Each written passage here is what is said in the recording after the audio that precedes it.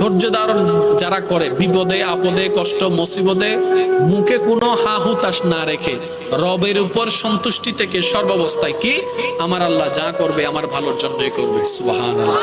আমার আল্লাহ যেটা করে খুশি, আমি বান্দা সেটা পেয়ে খুশি। আল্লাহর প্রতি কোনো আক্ষেপ, কোনো রাগ, কোনো অভিমান থাকবে না, মন থেকে শুধু বলবে আলহামদুলিল্লাহ আলহামদুলিল্লাহ আলহামদুলিল্লাহ। সে সমস্ত বান্দারা যখন তাদের আল্লাহ পাক রব্বুল আলামিন যখন নিয়ামত দান করে জান্নাতে প্রবেশ করবে, তাদের প্রবেশ করা আর সাধারণ মানুষের প্রবেশ করা কখনো এক হবে না।